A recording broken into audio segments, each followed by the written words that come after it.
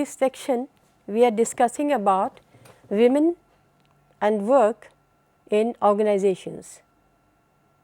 As we understand that one of the important factors in diversity is the gender difference. In our last chapter, we were discussing about gender and this becoming an important parameter in the understanding of workforce in the whole world and of course in India today. With all the kinds of social change that which are taking place, we find that women are becoming important workforce. That is why perhaps no management course could be complete unless we do talk about this special workforce, that is women. So, here we will emphasize on what people believe about women as workforce, various perspectives and a few research studies. So, let us move on to the understanding of women as workforce in Indian organizations with special reference to Indian organizations, but I will be talking to you about other theories as well. So, the entry of women in the workforce of organizations in India and other parts of the world have brought about newer challenges for human resources, management practitioners and others. So, this issue of workforce diversity has also become an important aspect of strategic human resource management. We will be discussing about strategic management once again. We had a very brief discussion on that during our introduction sessions. So, we have to understand, and we have also discussed about what is the meaning of human resource management in our earlier discussion. So, here we are looking at a special group, that is women. Also, we will be comparing the gender differences. Some of the discussions you may see in some of the tables that we are trying to prepare about the gender differences and how managers believe that men are say what better or women are better or whatever. Okay. Does that look amusing? Perhaps we have to change our mindsets. So, women and work is an emerging aspect of human resource management, and women will be the equal sharing workforce in the next century or this millennium, we can say this century in fact. Okay. So, or in the third millennium that we are talking about. Yet as a subject and as a field of knowledge, the gendering issues in organizations have not received much systematic attention. In fact, we are trying to emphasize on the gendering practices in the policy making in the whole management perspective. Okay. This is also reflected by the fact that most of the management theorizing about human resource issues realization is about and this is the realization in the recent years is about the gender, and this is an important correlate of the work system. Earlier we were not really looking into that, but I am sure you are aware of this fact that we have different kinds of policy making these days, and there are many rules which relate to gender differences. I am not suggesting that okay, every rule must look into that, but there are a couple of situations where an organization has to look into that. So, women constitute the new workforce in an organization and are entering the world of most of the professions.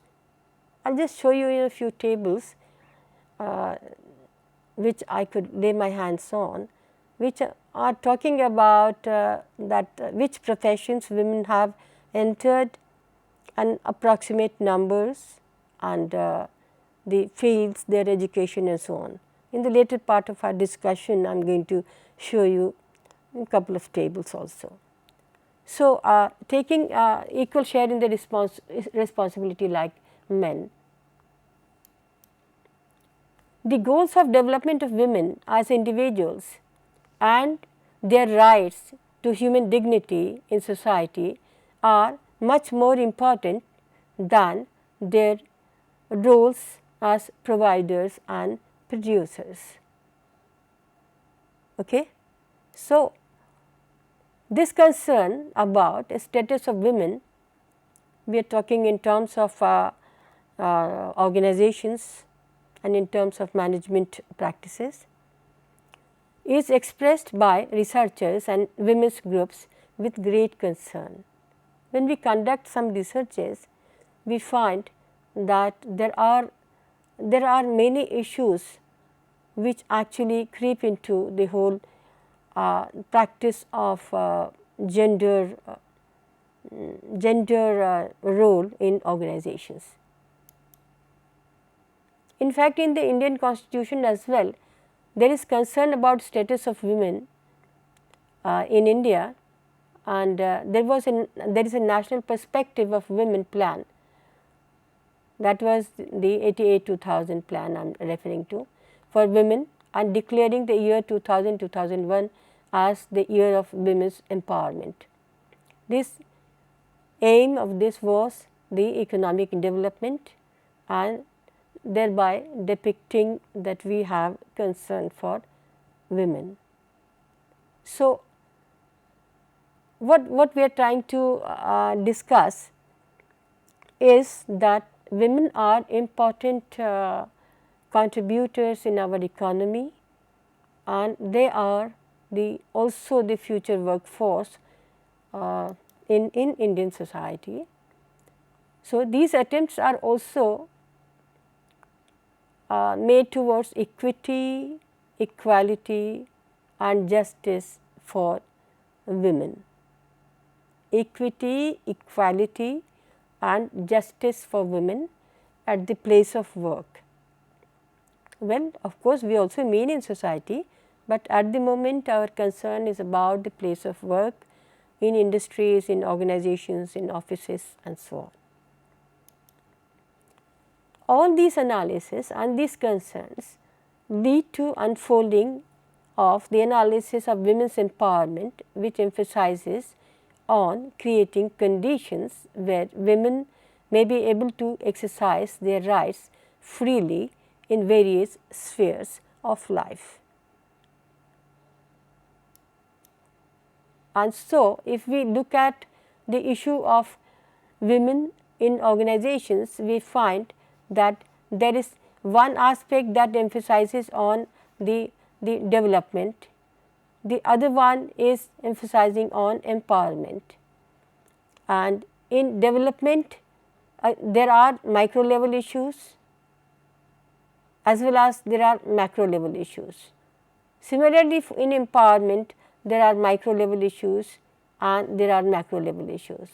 In micro level issues, we can look at the person and the perceptions of people and the values, and at the macro level we can look at the economic development, the social development, how the society values women's development. Because if we look at the issue of women's development, we have many social issues which I am sure all of you are aware of. I don't need to really repeat these issues, and these also relate to women at the place of work, but women at large in our society. I won't emphasize much on that because I am looking at women at the place of work, and so I am looking at women's empowerment at the place of work. And here again, I have divided my theorizing into macro and the micro level issues, the organizational perception, organizational policies, and also the individual level factors. So, when we are looking at the analysis of women, work and organizations, we have to look at both micro level factors as well as the macro level factors, whether we are talking about overall development or we are talking about the issue of empowerment at the place of work. So, from here we move on to understand further correlates of this whole issue.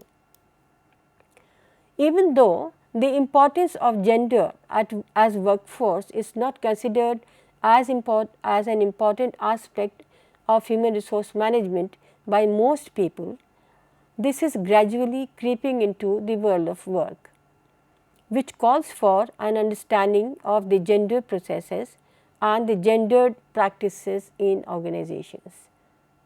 In fact, now number of publications are also coming in terms of the gendered practices in organizations, and we have number of books, many research projects, and I was fortunate enough to get one research project from the Department of Science and Technology that was regarding the education of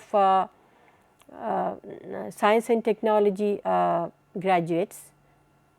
In fact, science and technology and engineering graduates from various institutions, their life, what are they doing, their satisfaction, their job satisfaction and performance, and their management, the management strategies and their perceptions.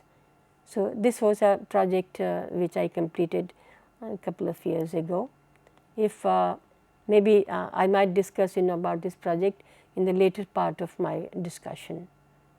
So, we move on. It is being realized that in spite of cultural roots of gender hierarchies, women make a mark in their performance. This hierarchy, if we say, this gender hierarchy is not really biological, but social, because biologically male, females, okay, the two different we can say set of characteristics, okay, and God has made that. But socially we have made this hierarchy, and that hierarchy percolates down into the minds of perhaps most of the people, and gradually we are trying to wash that out. Because when we find that women are equally competent in doing some jobs, why not give them the opportunity? So that's a real major issue of social change. So managers have to gear up for that, because whether they like it or no, you will find that women, like many other countries, in India also, will make their mark very soon. We see that also in the high school results and so many other places where we find the achievements. So managers have to really prepare for this particular issue that may pose challenge for some of the managers. Okay. So therefore, this area of human resource management demands sensitivity of the manager, okay, and the readiness of the manager, what I explained just now, and the employers, the parents, the husbands, to develop the gender neutral attitude. And one of the major objectives of this discussion in a course in management is that there is time that we all develop gender neutral attitude. Okay? So, there is need for both micro level and the macro level analysis of the gender practices in organizations. And as I was just discussing, micro level strategies are based on the participants or workers' cognition, aspirations, perceptions, satisfaction, expectations, etc. Whereas the macro level factors are based on the societal factors influencing the career choices and work life, okay, as I have already shown in that figure which I discussed earlier. So, when we are looking at this issue of women, work and organizations, once again I bring you to another figure that is talking to you about that how the HR strategies are actually designed keeping in view the micro level and the macro level factors. This is just to sort of reiterate the whole issue. Okay. So, you can see here that the relationship, or in other words this is an extension of the earlier model that I have just now shown to you. Okay. So, the gender studies have become an important aspect of human resource management, and in the recent years some of the major challenges of human resource management are the issues of work design, motivation and human resource development. It has been realized that without a committed workforce, there cannot be any national development. I was trying to create this link when I showed that first model, and I was trying to talk about the development. From human development only we can achieve the national development. So, as a manager we are actually not looking at only the issue of development within the organization, but we are also looking at the larger issue. So, that is what we are trying to discuss here. So, the gender is more than perhaps the individual characteristics of females, and more than perhaps the roles which are assumed by female or assigned to women and men. I am talking about gender. When we use the word gender, then we are trying to make the difference between the two. Okay.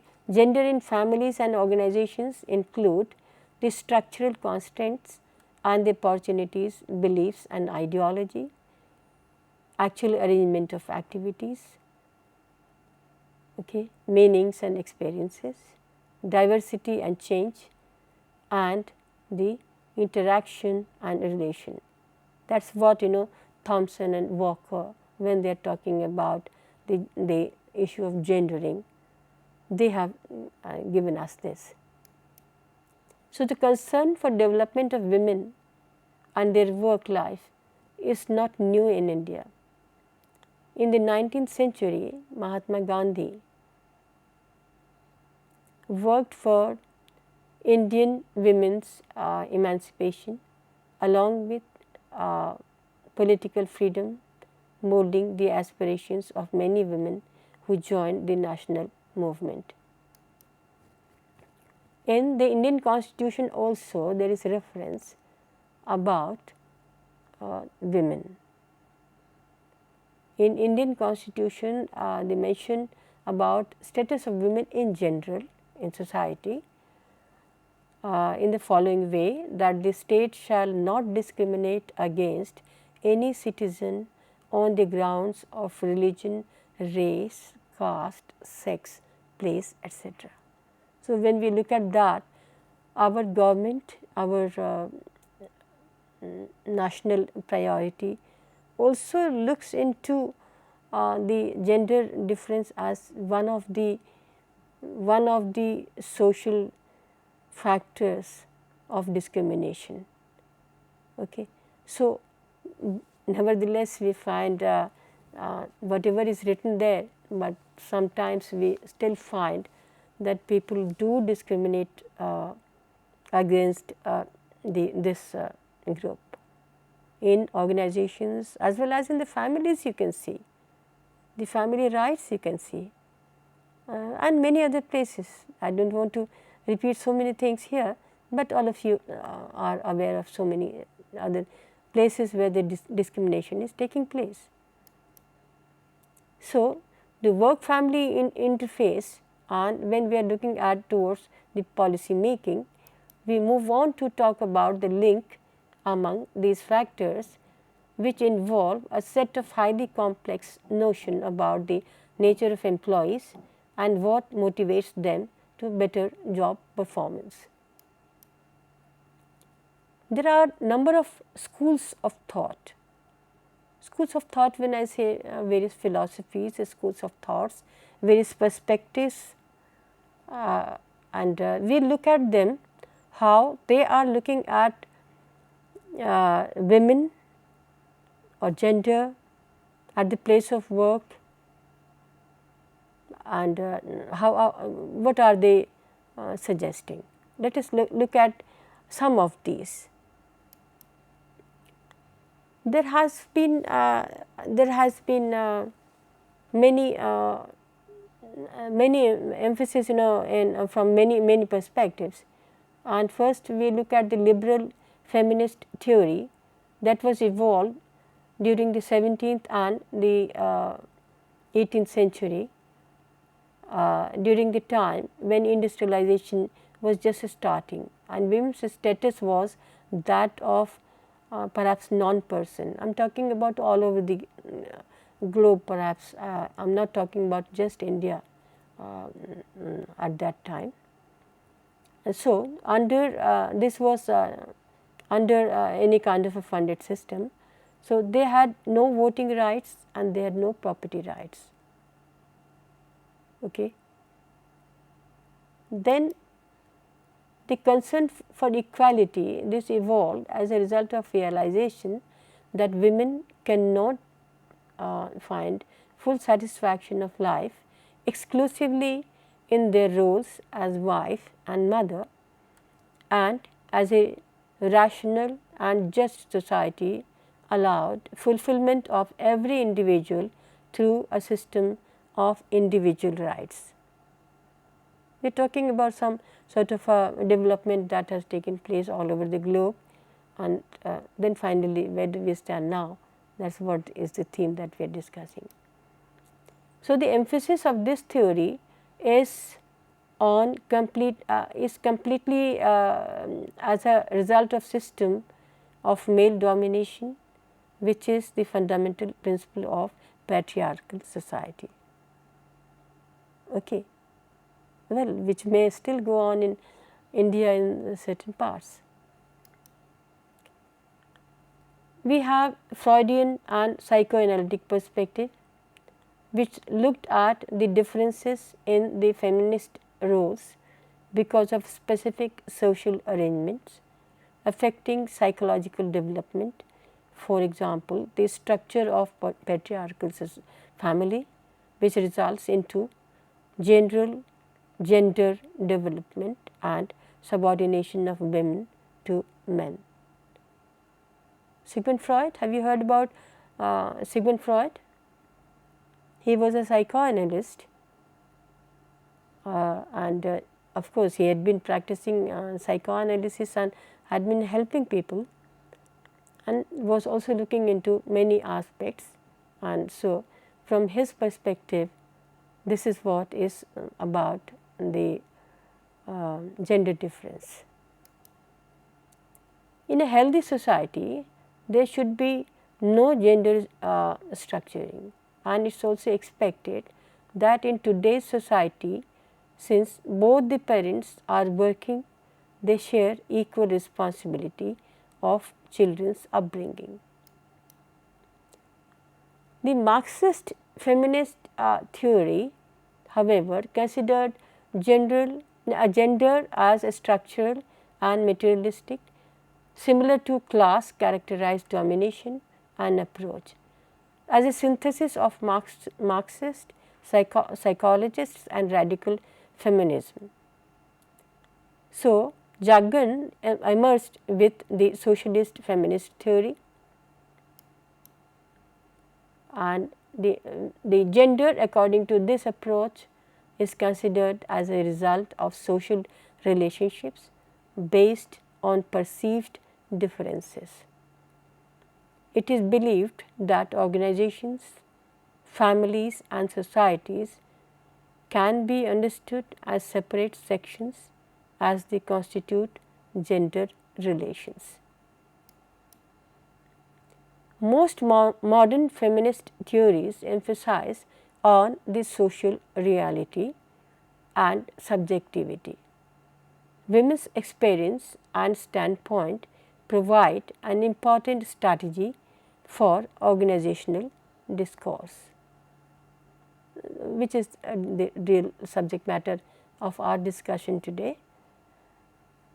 Okay. So, the third world post-colonial theorizing considers the constitution of complex subjectivity beyond Western conception of sex or gender, focusing on the gendered aspect of globalization process. So, as we have seen, these work related theories and the theories which are still developing and in the minds of people, and perhaps we are also publishing some of these theories because of the fast social change that is taking place in societies, particularly in India. So, as the ideas of these work related feminist theories have been developing all over the world, in India too there has been great concern about the issue of development. And when we look at Vivekananda's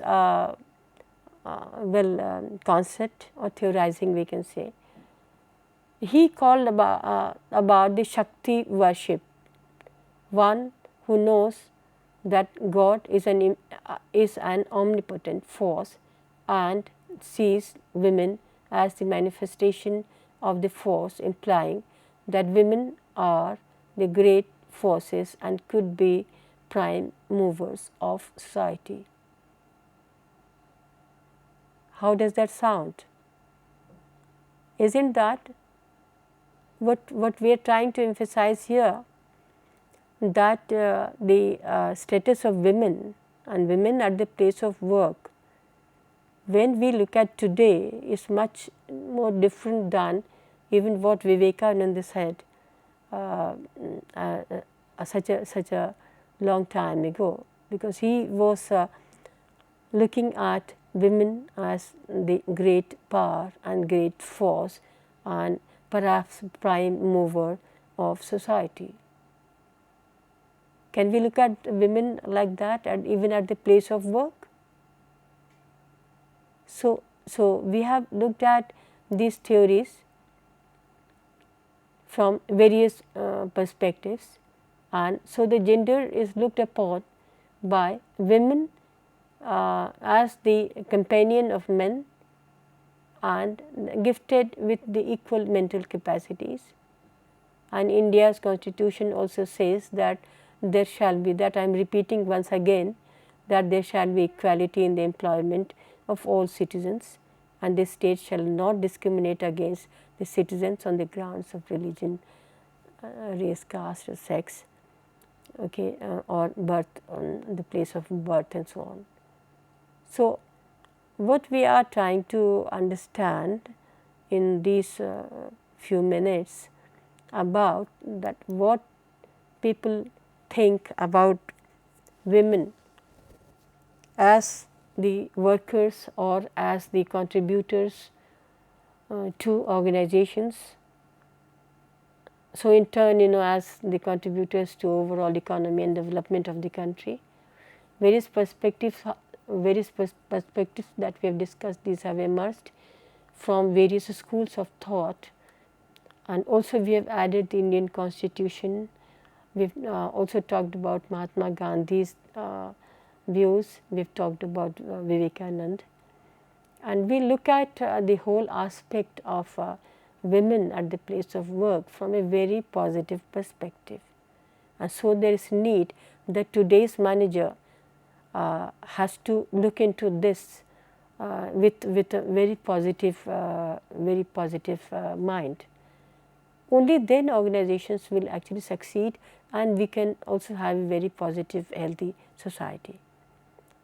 Now, here the choice is not with us. We can't stop really women from working. So, the choice is only that the organizations have to design their systems in such a way.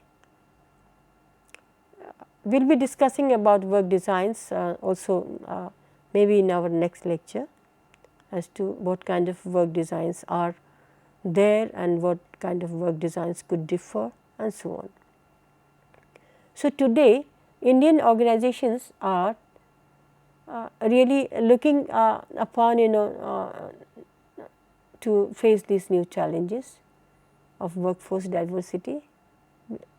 Do you recollect the last lecture on workforce diversity, and we had talked about the different sources of workforce diversity, gender being one of the most important factors. Okay. So, I am trying to link this to the earlier lecture that we had. And so, the social change has brought about greater aspirations and expectations among women, and their perception of their lives have changed. So, women themselves have also changed. We are not only looking at that the organizations have to look into that, because women themselves have to have changed, and the society is also sort of accepting that partially, if I may say so. So, the managers, if they come with a very closed mind, and if they start believing that women are no good, perhaps they are not going to get the best results, because at least in certain sectors you will find women are doing extremely well, and even though they have entered most of the fields, but certain sectors you will find that they are doing much better. But there are mindsets, there are apprehensions, there are stereotypes. I will be discussing some of those in the later part of the discussion today. So, this worldview has changed, and the career and the work perception and the life and the organizational life, this has also changed, which gives them more confidence, more autonomy, perhaps inner development and social prestige. You know why people work. I conducted a study also taking men and women, why do you work? Just this question, and very interesting results came out. I will be discussing that in the later part. Why people work, and so why women work? Is it for earning money? Is it for social prestige? Is it for inner development? Is it for what? Okay, we will try to find the answer to this question maybe in the later part of my discussion. Okay. So, only a decade ago, the idea that women had a basic right to work, okay, this was considered as very radical. Okay. However, today when we are finding that the things have changed and the attitudes of Indians have been changing very drastically, and now more women are actually employed than before in most of the organizations, and which organizations have also accepted happily, and even women have accepted very happily. And today well educated women no longer have much of their option about work because such women have reversed their values. Okay. The choice of course is also with the women. She may do her business just like men, or she may do something sitting at home, say like the computer related jobs, or maybe some other things, and she may be employed. So, the choice may of course of what kind of work design they want to adopt for themselves remains with them. It is not only assumed that they are employed but considered almost abnormal if they are not these days. The social change I am talking about, gendering issues in organizations. So, as the perception is changing, At that, see, for example, when I was starting to prepare for work and take up a career, at that time it was not as common as it is today. And so it is not only assumed that women will be employed. If they are not really employed, then people consider that as something not very normal. In a survey of the girls studying in the Indian Institute of Technology Delhi, where I teach, I found that 100% of the girls were looking forward to a challenging career. I was just trying to find out what these women perceive themselves as part of the workforce. So I was trying to find out. So I conducted a survey, and I found that 100% of the girls, they believe that they will have an active career. That means they are going to be the active workforce of future. So what do we do? Do we have any choice that we will not take them? We can't say we will not take them. They are ready, and they are equally perhaps prepared and trained for becoming the active workforce. So it is being realized that in the recent years, women have become important participants in the development process. However, there has always been a discrepancy between the idealized notion of the status of women and the real life perception of women themselves all over the world, as I was discussing just now.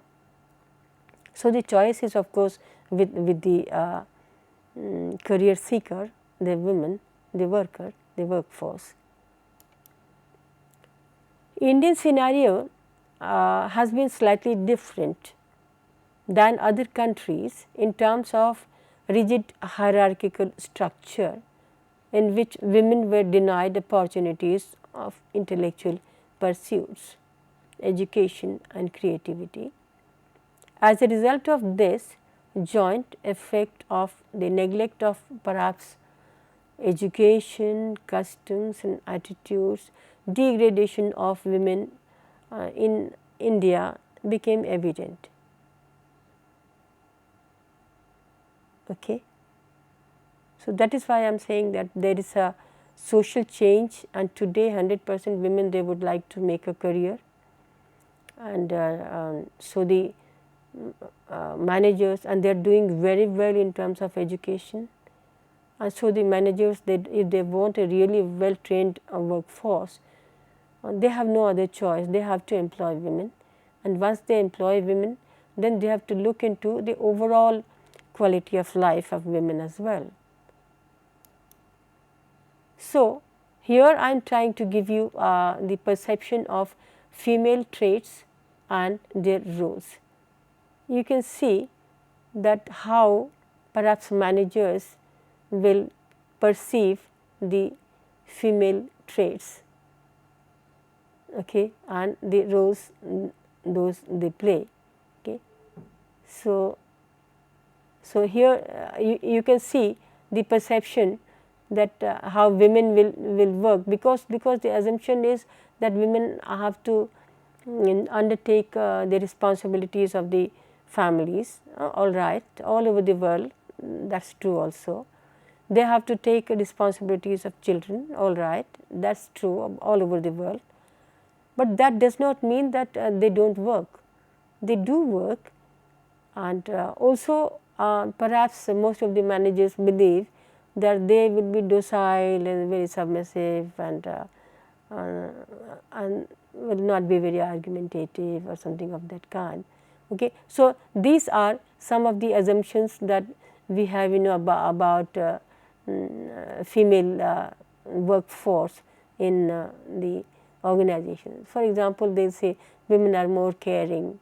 So you can see this, that some of these aspects, perhaps managers will believe that women will be like this. What's your theorizing about women? You must have interacted, I am sure, from your kindergarten. You had women tutors, teachers. I was once asking my IIT students that how do they feel me being a women professor, what's their perception? And most of the students said that we don't find much difference, because so far as teaching is concerned, from childhood when we went to kindergarten, most of the places and the schools also, we had many women teachers. So, the students said that we don't find much difference so far as the teaching is concerned in terms of male and female professors. Okay. Nevertheless, some of these aspects, the personality aspects might differ, and that is why managers may have some kind of a mindset or the closed mind. Okay. We call it closed and open mind. Okay, I am talking about that. Okay. So, one could have in a very closed mindset, which we have to open up in order to make better utilization of workforce in the years to come. Similarly, I have presented here another table that talks about perception of male traits. Okay. So, again you can see the perception of male traits. Okay. Perhaps people believe that they may be more aggressive, and I mean there are, you can see the number of traits I have listed here. Okay. You can see that. Should I leave the transparency for some time? Okay. Yeah. And so the roles related to these traits. The idea here what I am trying to present to you is that the mindsets are different, and that is why we start believing that males are like this and females are like this. So, males are, well, not that we are trying to say that they have to be identical in all the characteristics, all the kinds of characteristics. They will differ. So, in fact, any two individuals will differ, but gender differences are of course there. But that does not mean, so males may be very good in some things, females may be very good in some things. Okay. So, we have to actually try to find out, optimize on their capacities to do certain things. Okay. For example, if you look at a job of which needs a lot of patience, you will find that women are much better doing a job of patience. For example, I am sure you have looked at women doing jobs like they are doing it as a hobby, like knitting. Okay, that is a something with great patience, and usually you will not find many men opting for that. So, there are many situations where a lot of patience is required. You will find that women could perhaps do better caring, okay, better patience. Okay. So, they have certain qualities. So, we can do what? We can design, or we can select people doing certain jobs, but not that the total discrimination has to be there in terms of jobs. Right now what we find that there is a total discrimination. In certain kinds of job you will find many women, in fact most of the women, say the healthcare in say as you must have seen, okay, and whereas in certain other situations you will find only men. But women can also do this work, men can also do this work. So, what we are trying to understand is that as a manager you have to look at the individual and you must have a neutral attitude. Look at the individual, look at the characteristics of that individual, whether man or woman, and then place him at the job whatever is your requirement. And that is why in our next few sections we are coming to recruitment, selection and training. So, at that point we will look into the recruitment selection when we are doing that, how do we actually allocate jobs to people. Okay. Is it clear to us? What we are trying to debate today is, in the diversity at the place of work, does gender make any difference? We are trying to say yes, they are different, yet both are valuable human resource, valuable assets of the organization. Is it clear to us? And so, it depends on the manager to actually use his managerial skill to decide about the allocation of work to men and women. Okay. If there are any questions, let us discuss that, because some of you are smiling. So, looks like that you are not convinced about it. Okay. Okay. I am sure you have seen the women doing so many jobs which were considered odd, in the past, but today women are entering into all kinds of job. Okay. Also, you can see the astronaut in the world. Okay. And you can see a woman has gone to space. So we have so many examples where we are finding that women are doing equally well, or sometimes even much better. Okay. We had many prime ministers, we have so many good decision makers. Well, and other places, of course, you find that certain jobs, women are doing extremely well. So, there is no difference actually. So, we are saying, in spite of biological difference, there is no difference so far as our work profile is concerned, and this is what managers have to realize, believe, accept, and perhaps use as a good management strategy. Okay. So, from here I am also trying to present this scenario to you.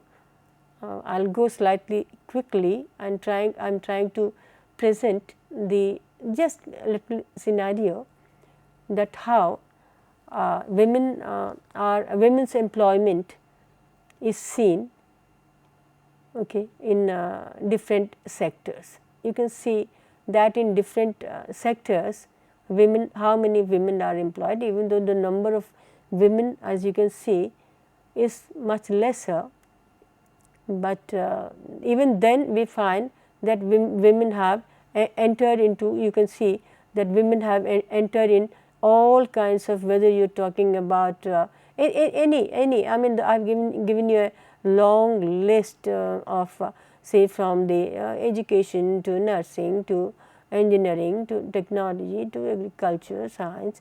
I have given you this long list. Okay. You can see that, and here you can see that how males and females, it makes a difference. In terms of number, you can see that there are fewer women employed, but they are actually employed in all these sectors that we are talking about. Okay. This is just to give you an idea about the employment. Similarly, I have brought some 2 or 3 more tables to give you an idea about where do we stand in terms of women at the place of work, women work and organizations. So, another this is of course the continuation of the same table. Okay. This is about the qualifications. Okay. How many the qualifications, PhD and graduation, and the other qualification. Again, you can see the male and female, in terms of qualification, you can see that.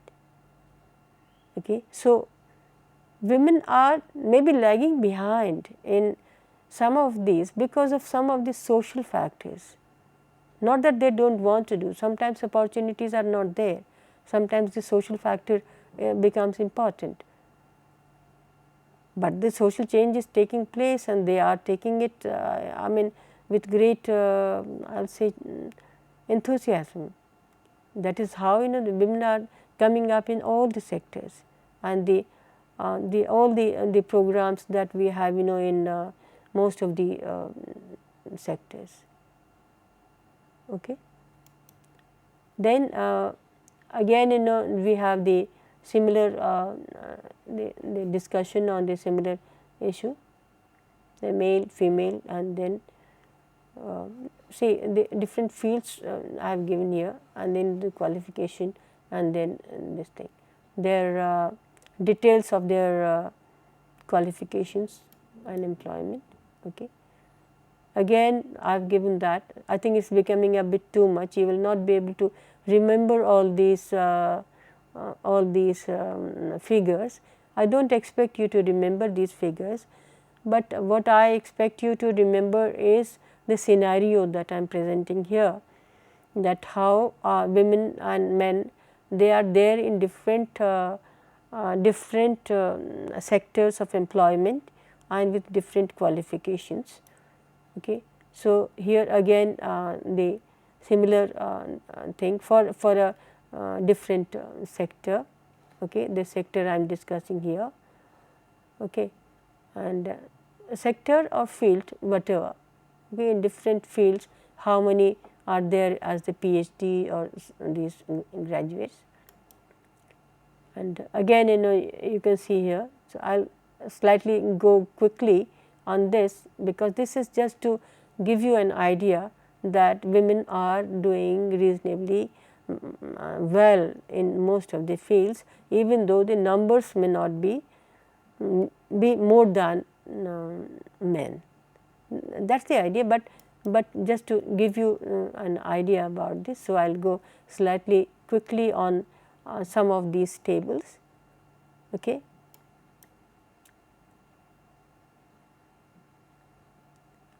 You can see these tables. Okay. So, from after showing you some of these tables where I am trying to present a scenario that women have entered into, this is what has happened in the past. Okay. But if I look at the future, then perhaps the scenario may be different and much better, I should say. So, this is about past, and this is a data that has been taken in a few years ago. So, things are changing and the profiles are changing, and women are entering into work as the important workforce in all sectors. So, the different constitutions of science and technology personnel by their field of specialization, these tables are there now. I'll again go in very fast to give you some of these tables. You can see the different fields, okay, and what's the percentage of women. Okay. Then I move on to the next one, according to the qualifications of women. Okay, according to the qualifications of women, a general table about the doctorate and graduate and all that, and how many women are employed.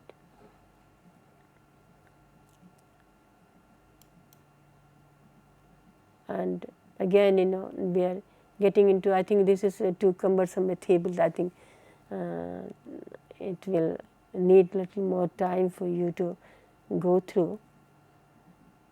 Okay. The idea is again that you understand that how women are placed.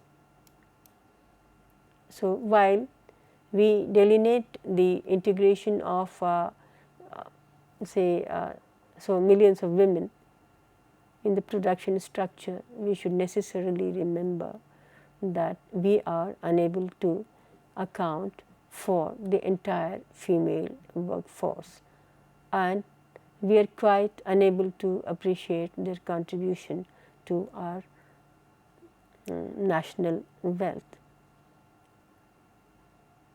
We have to look into that they are also contributing to the national wealth, and we have to create opportunities for them. And so the prevailing wages in the agriculture and non-agriculture employment violate the Minimum Wages Act sometimes and the Equal Remuneration Act. Okay. Now, of course, the acts have changed, but at that time the acts we are talking about. Okay. And so the economic position of women that gets institutionalized in many different ways. Women's employment in manufacturing and the other service sectors that gets characterized by their workplace and the tasks assigned to them and their job contracts.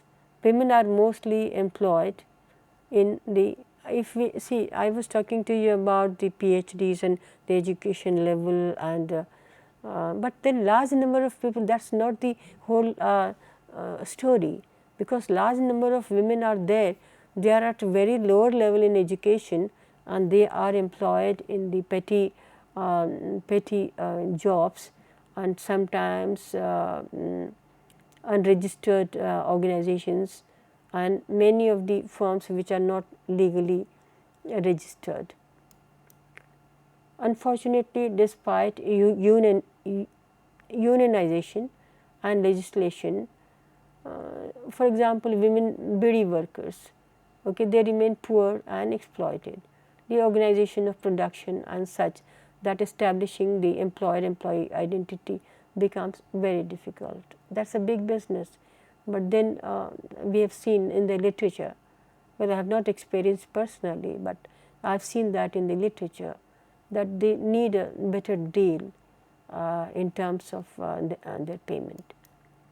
So, according to NASSCOM, by 2008, there would be around perhaps 12 lakh employees in call centers. Call centers, all of you know about call centers. That is a new type of perhaps employment opportunity which started only with after globalization. And so the NASSCOM has said that around 12 lakhs employees in the call center we are expecting by the year 2008.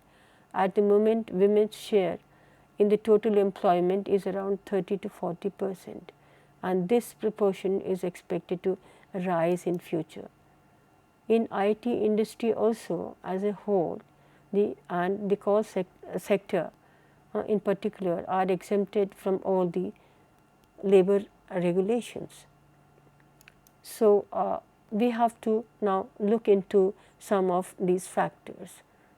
In the next discussion, I am going to share with you number of research studies, and we will talk about the status of women work and organizations in India with help of some couple of research studies which we have conducted or which are available in the literature.